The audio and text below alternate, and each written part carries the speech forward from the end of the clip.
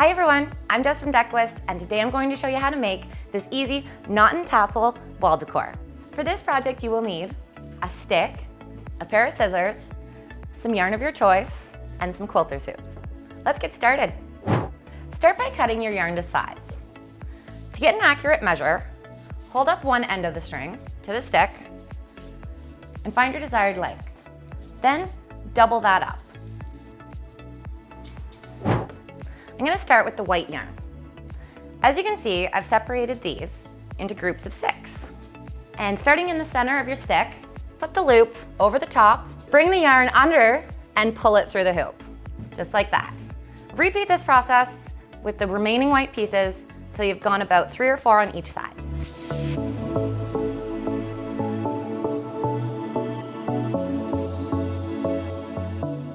Now that our back layer is done, use your quilter's hoop and attach it to the top of the stick.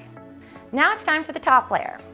Using the yellow yarn, this time I've separated them into groups of 4. Continue the knot and tassel process through the hoop.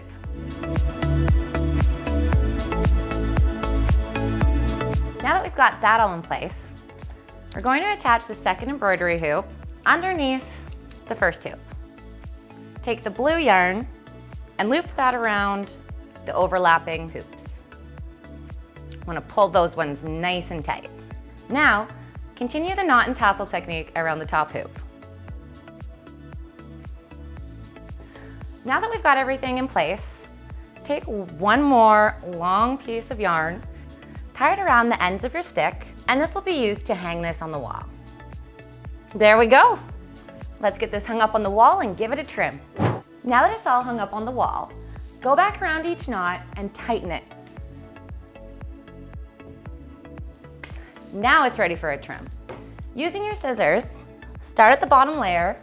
I'm going to cut this one on an angle, so I'm going to start down here and work my way up.